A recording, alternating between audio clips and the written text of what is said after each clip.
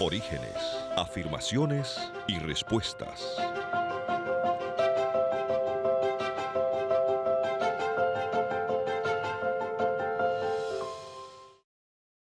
Hola, continuamos con nuestra serie Orígenes, afirmaciones y respuestas. Y hoy día queremos cubrir las evidencias geológicas que hubo del diluvio. Vamos primero a revisar algunas ideas que son importantes para esta etapa. Primero, el modelo catastrófico tectónico de placas, que el doctor John Baumgartner planteó, y que es un modelo que muestra cómo podría haber sido sin necesariamente ser la absoluta verdad. Primero que nada, dice el doctor Baumgartner, que involucró grandes movimientos y rápidos movimientos con los continentes. El continente Pangea. Que el único mecanismo capaz de producir esta escala de catástrofe sin destruir el planeta, la Tierra en sí misma, tiene que venir desde el interior de la Tierra. Y él está convencido que esto implicó el hundimiento rápido del fondo del mar prediluviano, que separó, por lo tanto, en placas este mundo. Tenemos una fase 1, la cual hace que la Pangea, a través de los movimientos subterráneos, se separe y se comience a hundir, porque suben los niveles del fondo del mar, por lo tanto sube el agua con un gran tsunami.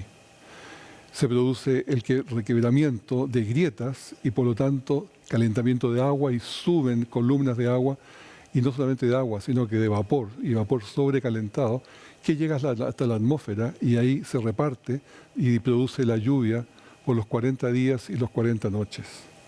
Y hoy día tenemos el testimonio de las montañas más largas del mundo, submarina, la cual se extiende por 65.000 kilómetros en el mundo, como se muestra en la imagen con la línea roja en el cuadro que tenemos. Veremos nuevamente también el clip donde vemos el modelo del diluvio como puede haber sido, con todo este movimiento de aguas y de tsunamis sobre la Tierra, sobre la Pangea, que era el único continente existente en ese momento.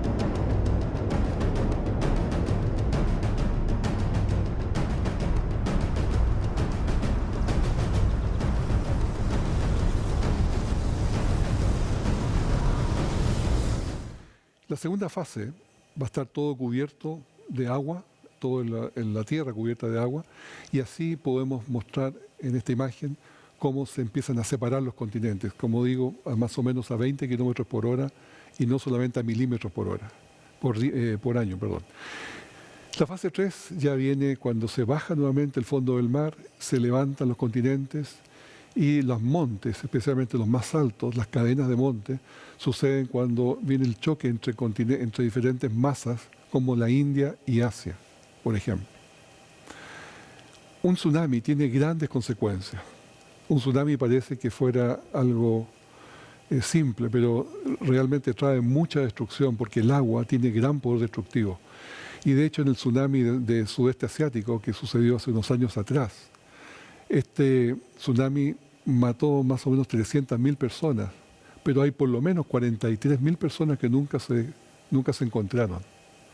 Es decir, también oculta y deja mucha gente enterrada que nunca más va a poder ubicarse. En la etapa del diluvio, también es necesario entenderlo, tiene dos etapas principales, la de llenado, inundatoria, 150 días, y después la vaciado, 221 días. Y esta de vaciado es la que hoy día vamos a ver en mucho más detalle. Las evidencias geológicas que llamamos o geomorfológicas, que son las formas de la superficie que quedaron después de esta etapa de vaciado. Y la evidencia la tenemos nosotros en varias cosas. Este sedimento que existe allí alrededor de toda la Tierra, el 75% de la Tierra está con sedimentos producto de agua, tierra y barros y arenas arrastradas por agua. Tiene una falta de turbación, es decir, no tiene hoy espacios donde han entrado gusanos, donde han entrado ratones, han entrado conejos o cualquier otro tipo de animal. No tiene turbación, por lo tanto no puede haber pasado mucho tiempo. Tiene también una falta de capa vegetal entre sedimentos. Si hubieran sido procesos de millones de años, habría también una capa vegetal, pero no hay. Y pensemos que si también los dinosaurios estuvieron allí, ellos necesitaban por lo menos 3 toneladas de vegetación al día para poderse mantener. Por lo tanto, su ecosistema no está allí. Están solos porque fueron arrastrados. Las capas sedimentarias en la Tierra cubren el 75% de la superficie. Esto es la mayoría de la Tierra. Capas sedimentarias, una capa sobre otra, como un pastel. Estas capas sedimentarias están formadas, como digo, bajo agua, todas. Pueden ser esquisto, arenisca o caliza. El 95% de todos los sedimentos son de esos estos tres tipos. En inglés son shale, sandstone y limestone. Y podemos encontrar sedimentos, como digo, el 75% de la Tierra. En Canadá, sedimentación clara en Canadá. En la cuenca de Sydney, en la Sydney Basin, está puras capas de sedimentarias. Y tenemos, por ejemplo, este caso de las Tres Hermanas, que la mayoría de los visitantes cuando va a ver que es un lugar turístico, no se da cuenta que está mirando la evidencia segura de un diluvio universal como está escrito en la Biblia. Las Tres Hermanas muestran exactamente eso. Sedimentos puestos uno arriba de otro y después desgaste por la salida del agua. O también cuando se ven en los caminos, que cuando se abren caminos, se ve este tipo de deposición cruzada, cross-bedding. Estas deposiciones indican que arena se depositó por movimiento de agua. Y hay una gran distinción en el ángulo cuando ha sido movida esa arena por agua y cuando ha sido movida por viento en un desierto. Así que por el ángulo se sabe que en este caso es por agua. Tenemos aquí la carretera de Sydney a Newcastle en Australia y esa freeway tiene claramente cortes donde va mostrando todas sus capas de sedimentos. Es tanto, digamos, se llama la Hawkesbury, capa sedimentarias se llama Hawkesbury y tiene profundidad de varios metros y se usa para materiales de construcción, como se ve allí, esa es una cantera de sandstone. O cuando se está elaborando, se usan esas grandes sierras para ir cortando pedazos e ir sacando. Está bien, si bien está hecha piedra, pero no es de gran dureza.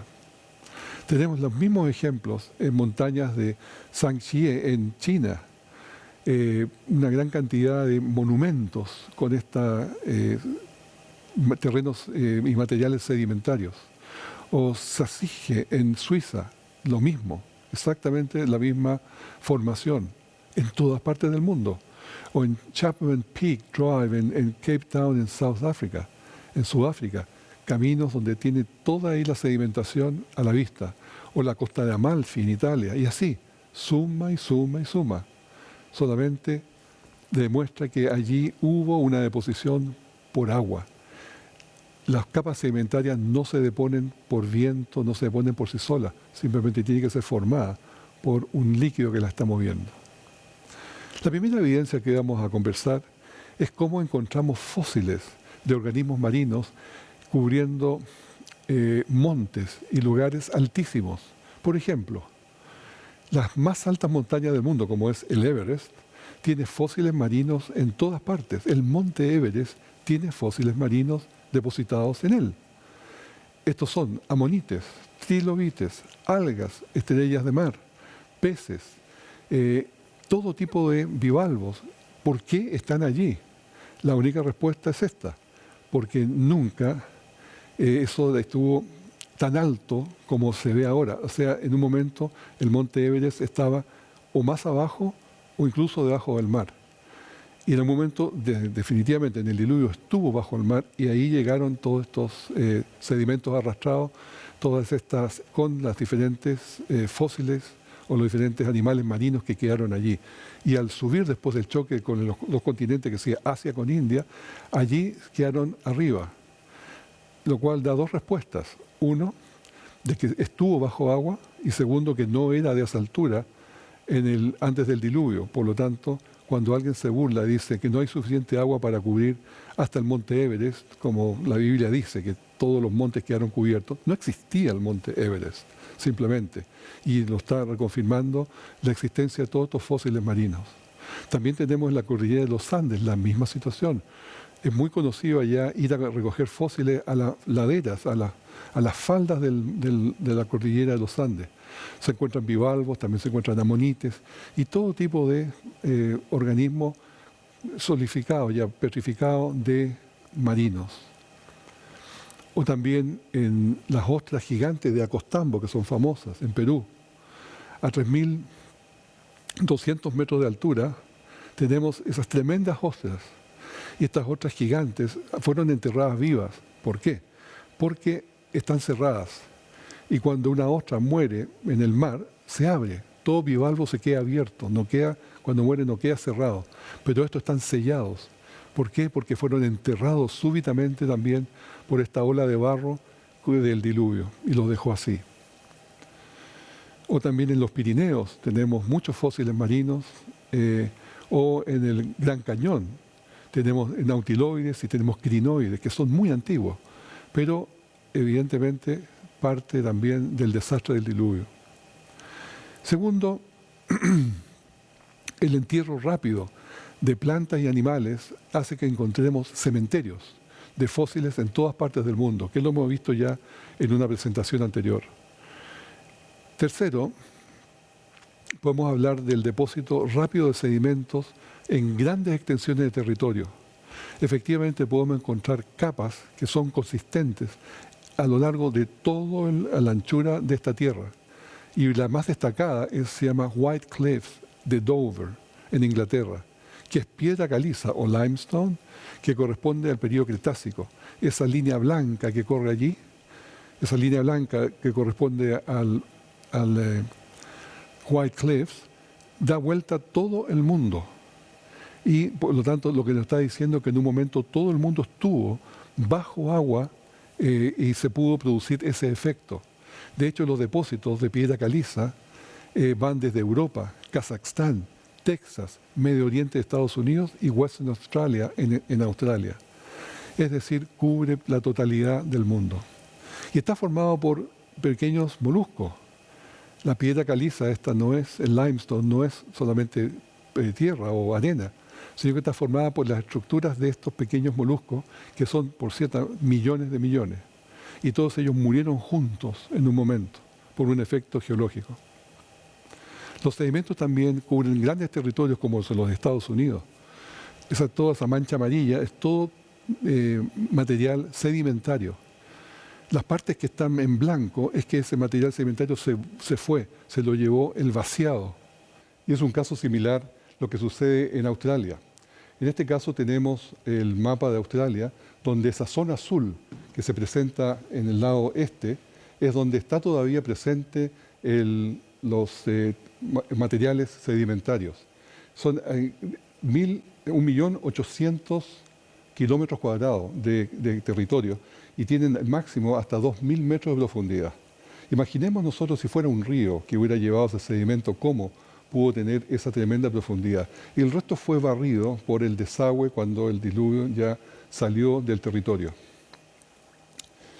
También tenemos un Red Wall Limestone que va desde Estados Unidos hasta el este de Estados Unidos, por el Atlántico llega hasta el Reino Unido.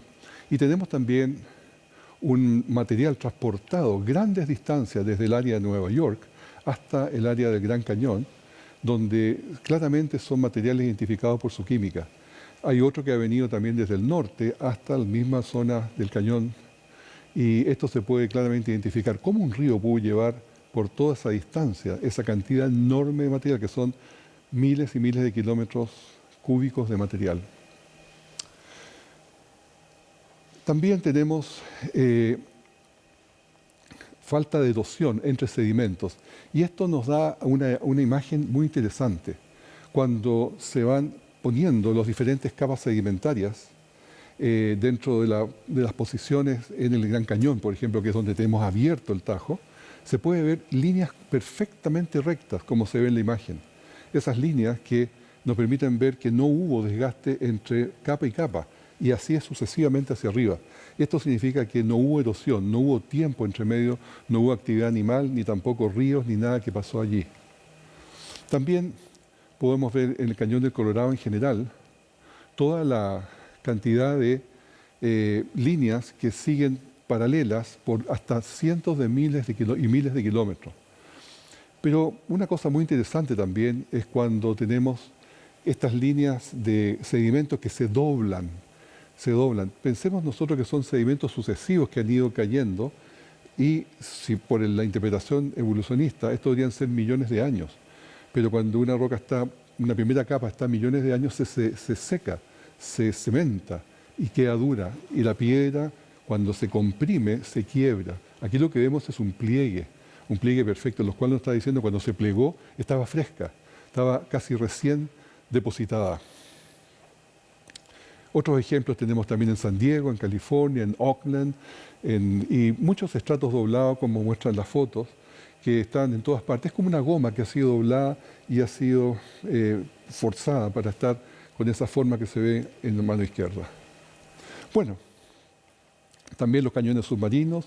Típicamente los cañones submarinos tienen esta forma perpendicular al continente, y cuando cortan materiales, rocas, y se profundizan hasta 6.000 metros de profundidad. Todos no se ven actualmente porque están bajo el mar, pero se ha hecho batimetría, se ha hecho suficiente medición como para conocer algunos casos bien específicos, como por ejemplo el caso de Monterrey, en California, la bahía Monterrey, donde está ese tremendo cañón, que desde luego no es resultado de un río que bajó. También tenemos otro en La Fonera, en Barcelona, en España. Ahí tenemos la imagen. Y seguimos con los otros, con China. Y al final, ¿cuál es el modelo? Es que siempre se produce el corte, y llega al final todo el material a distribuirse en un abanico abajo en el fondo del mar. Ahora, estas etapas que hemos pasado de erosión, ya tenemos 3 etapas. Primero llegó hasta arriba el nivel del agua, el cenit. Después erosionó todos los costados del continente, y después ya, cuando iba vaciando con mucho mayor velocidad en forma turbulenta, va rompiendo y haciendo canales, y haciendo cañones, y haciendo toda esta geomorfología que se ve allí.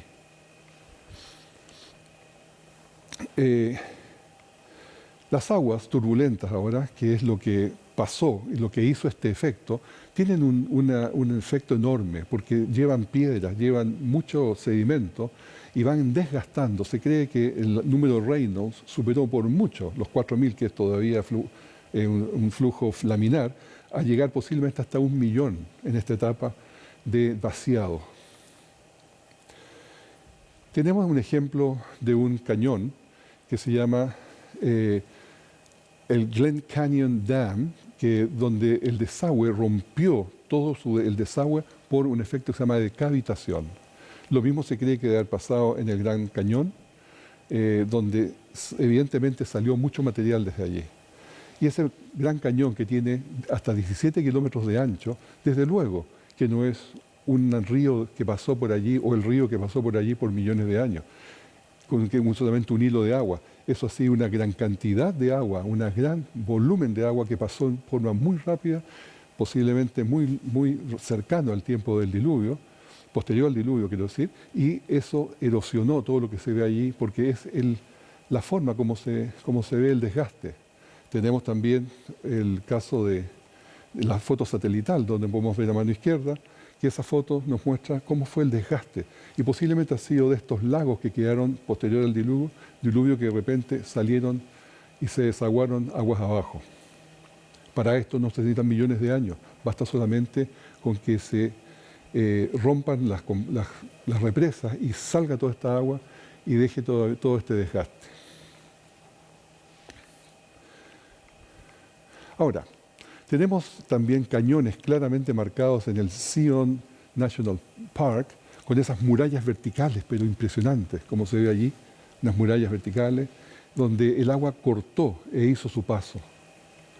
O también la podemos ver, por ejemplo, en el Horseshoe, en el Gooseneck primero, que es el San Juan River. Podemos verlo también en el Horseshoe Bend, en Colorado Plateau. Podemos verlo también en el Spider Rock, que son solamente erosiones y monumentos a lo que fue alguna vez el diluvio ya desaguándose.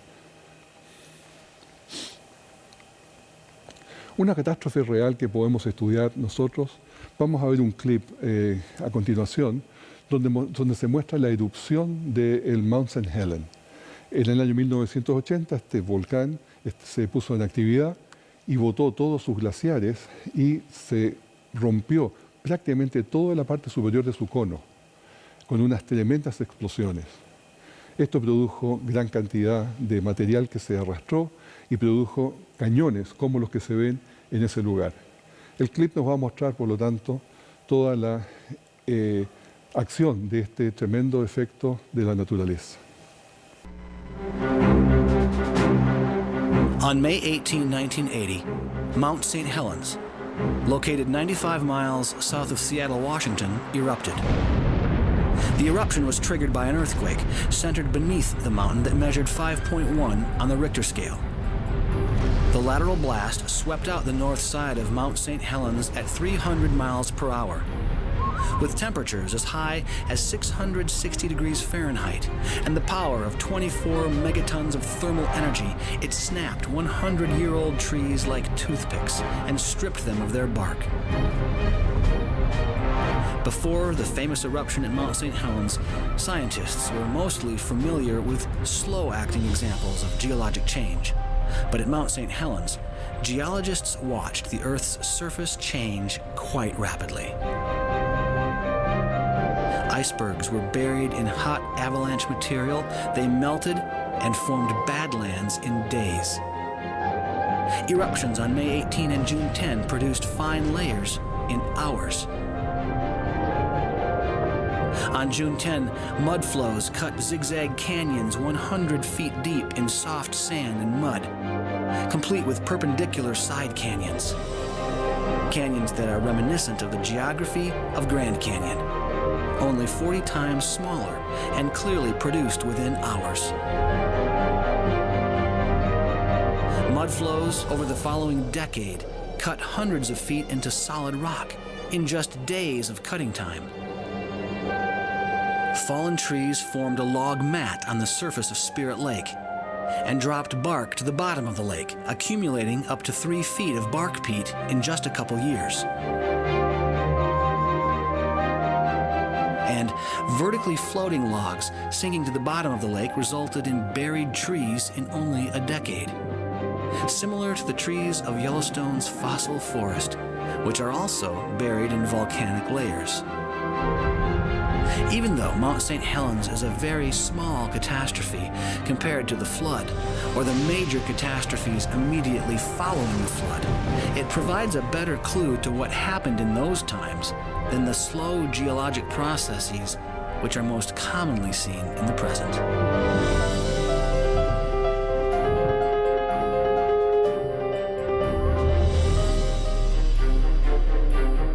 Bueno, este video nos ha mostrado muy claramente los efectos de un tremendo desastre natural del día de hoy. Pudimos ver allí un cañón hecho prácticamente en solamente días.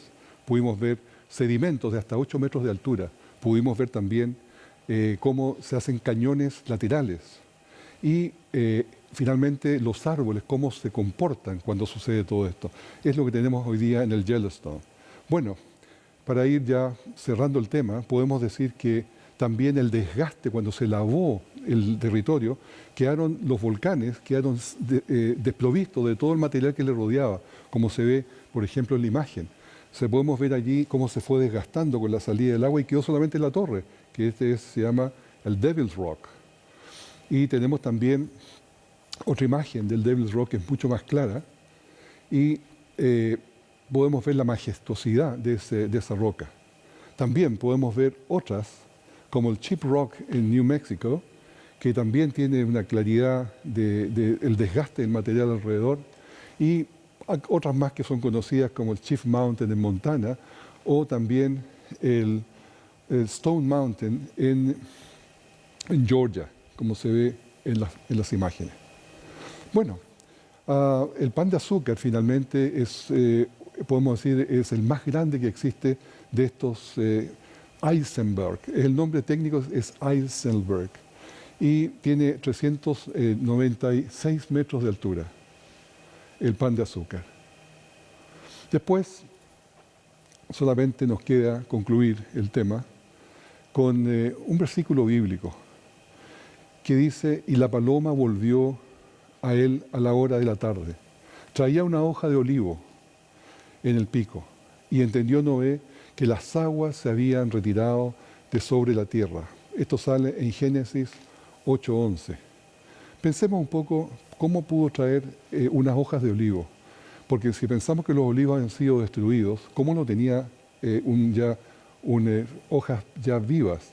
Lo que pasa es que el olivo, como otros árboles, se planta solamente las ramas, y de las ramas sale ya nuevamente, se enverdece. No necesita una semilla a partir desde cero. Así que eso nos explica bastante bien de que las cosas de la Escritura, las cosas que el Señor ha dejado reveladas, tienen su razón de ser, y cuando se entiende bien, se puede llegar a una conclusión de que lo que dice el Señor en la Escritura es la verdad, y de eso tenemos que confiar.